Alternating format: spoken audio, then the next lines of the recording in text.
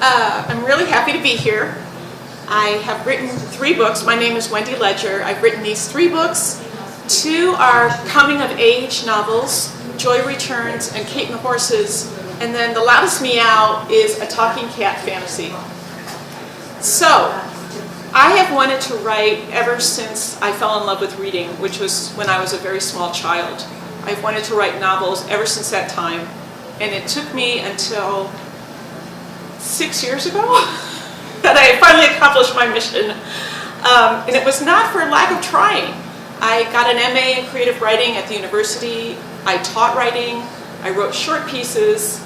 If you look down my path, you would see a big bundle of abandoned novels on the way. I just couldn't seem to do it. And then I finally came to a day where I said, if I'm going to write a novel, I'm going to have to do it. I'm going to have to really commit. It seems really difficult. I don't understand. I'm really scared, but I feel like it's something that I really have to do. So then what happened, 2 things happened that made it possible for me to write my first book, Joy Returns. And the first thing that happened was I realized that I wanted to write in bed, that writing in front of a desk did not work for me. It felt too stressful. It just felt like work. It felt very hard. But if I was in bed with some music, and if it was cold outside, if I had the mattress pad up to high, and it just seemed really relaxing and kind of like a vacation, and it didn't seem like work to me. It took a lot of the stress off. So that was one thing that I did. And the second thing was a decision that I didn't make. It was a decision that our calico cat made. The first day that I got in bed and settled down to write, my cat jumped up and sat down by my side. And from that time on, every time I sat down to write, she came up and sat down by my side.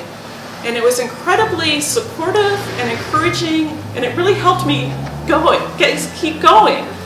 So my cat and I wrote the first 2 books, and then I was just trying to figure out what I wanted to write for my next book. And our cat got suddenly very ill. And the vet came and he said that we had a couple of days and we could perhaps turn it around, but if we couldn't turn it around, that was basically it. So for those couple of days, I hung out with my cat and I sat by my cat's side, and we couldn't turn it around. She wouldn't drink or eat. And so before she died, I promised her that I would write a book that starred her, and I would imagine what her life was like in the afterlife, because I knew deep inside that it had the potential to be extremely devastating for me to not have my cat around it. So this was a way that I could honor her and also still feel connected to her.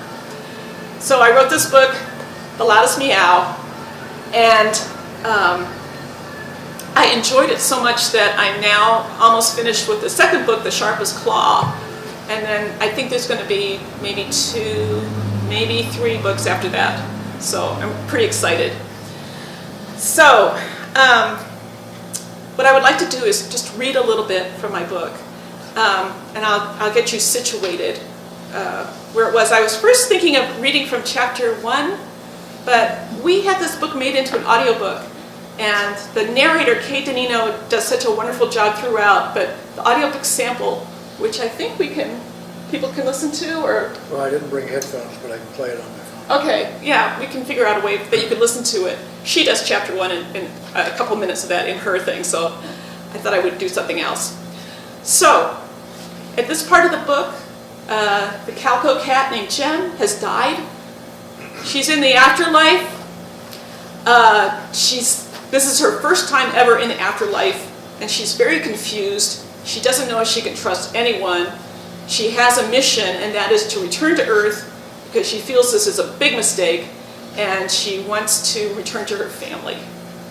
So, because she's new to the afterlife, she's been assigned a guide, an orange cat named Marmalade. And at this point in the story, we know that Jem and Marmalade have a shared history. Marmalade was Molly's cat, and then when Marmalade died, Molly adopted Jem. So at this point in the story, Marmalade and Jem have just left the Afterlife Orientation Center, which is the station of new and lost souls, where they had a meeting with a gray cat named the Keeper of the Stories. And so now the two of them, Jem and Marmalade, are off to Jem's new address. And the chapter is called 14B Redwood Lane. They landed in a soft, white snowbank. Jem scrambled to her feet. So this is snow, she thought. She was a California calico who had seen snow only on TV when she and Molly had watched Hallmark Christmas movies. It had seemed so magical. She stuck out her tongue and tasted a snowflake and then spit it out.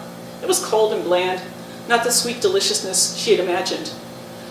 When Marmalade struggled to escape from the snow, Jem pretended to study the sky. For a moment she thought about lightly kicking up some snow at Marmalade's face. It would be fun to see her offended look, and Jem could claim it was just a game. But it was probably best to try to behave until Jem knew what to do. With a loud grumble, Marmalade stepped up out of the snow. "Redwood Lane," she muttered. There was a road covered in ice, but no homes in sight. "Shall we make some snow angels before we set out?" Jem asked. Marmalade gave a shudder. Jem waited for her to move. After a moment, Marmalade said, "Which way do we go?" Jem asked. Marmalade looked up and down the icy country road. There were no animals, no people, no structures of any kind. Trees, bare of any leaves, lined the road, and there were snowy fields as far as the eye could see. "I'm looking for a kindly stranger," Marmalade said. "One that could give us directions." The snow fell harder. No one appeared. "Maybe we should just go back to the station of New and Lost Souls," Jem suggested. She stamped her paws in place. It was really cold. "The Keeper of the Stories did offer us a map." Marmalade shot Jem an incredulous look. "I wouldn't ask that cat for a cup of water if I were dying of thirst in a desert. I wouldn't ask her for a shoulder to lean on if I had broken my leg and lost my crutches." She shook the snow off her fur, creating her own flurry. "Besides, I hate maps. They don't really make sense to me at all." And with that, Marmalade started walking down the road. The sky grew darker, the snow fell faster. Perhaps, Jem thought, around the next curve, we will run into someone and I can ask them if they can help. And Marmalade will think that I'm going to ask them for directions. But what I'll really ask them is if I can go with them until I can return home. At that moment, Marmalade came to a stop. She spit on her paw and lifted it up in the air. But there was no real wind. Snowflakes pelted her paw, and she brought it back down again. "It's time to talk to Professor Kingsley," Marmalade announced. Jem had no idea who that was, but the way Marmalade said his name made him sound as if he was someone quite important indeed. Marmalade scratched her ear as if she were trying to clean a greasy plate. She cleared her throat several times and sang a scale. "Please excuse me," she said. "This shouldn't take long." She walked to the side of the road, turned around clockwise, then counterclockwise, and closed her eyes. Jem looked down the road. If someone came up right now, this would be a great time to run away with a stranger. "Alistair!" Marmalade cried, her eyes again wide open. In a hushed tone, she informed Jem, "He lets his special students call him Alistair." She returned to listening. "Yes, I met her," she said. There was a pause. "I was a little late, and I didn't know about picking up a number outside the door, and I didn't know about the code." Another silence. "There is no code? There are no numbers?" Marmalade let out a horrible imitation of a giggle. "A hazing! Something that was covered in the section of often done pranks? How could I have fallen for that?" She let out a titter that sounded more like a cry. "Well, we're in a wee bit of a pickle here. We seem to be in a snowstorm in the middle of nowhere." Marmalade frowned. "I see." She listened for a long time. "Let me make sure I heard you. The wind seems to be picking up," Marmalade said. "A new soul wishes the places, but a storm would be an expression of the guide's emotional turmoil? It would show that the guide was out of control?"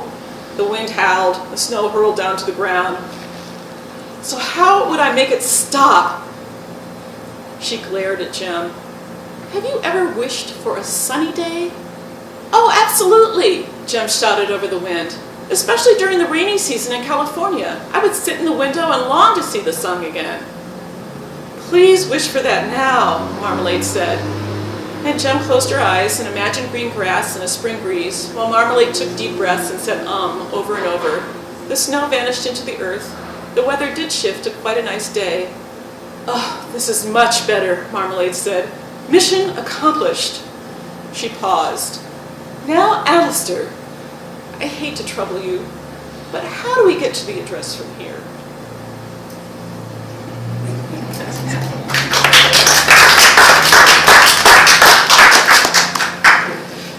Okay, this is the first book I wrote called Joy Returns, and it's about a young girl and the power of music to change a person's life. And this is the second book I wrote, Kate and the Horses, and it's also about a young girl who's not able to make friends very easily, and these horses at summer camp help her out. So, now... Before, where can you find your books? Oh! Besides here tonight?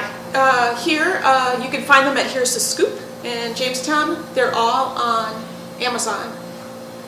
And The Loudest Meow is also available in audio book form. And the marvelous Kay Danino voices over 14 different cat characters in amazing fashion. And it's available. It's available on Amazon, on Nook, on Google Play, Apple Books. Through your local library at Overdrive. Ask your Script. local library. Yeah, lots of different places.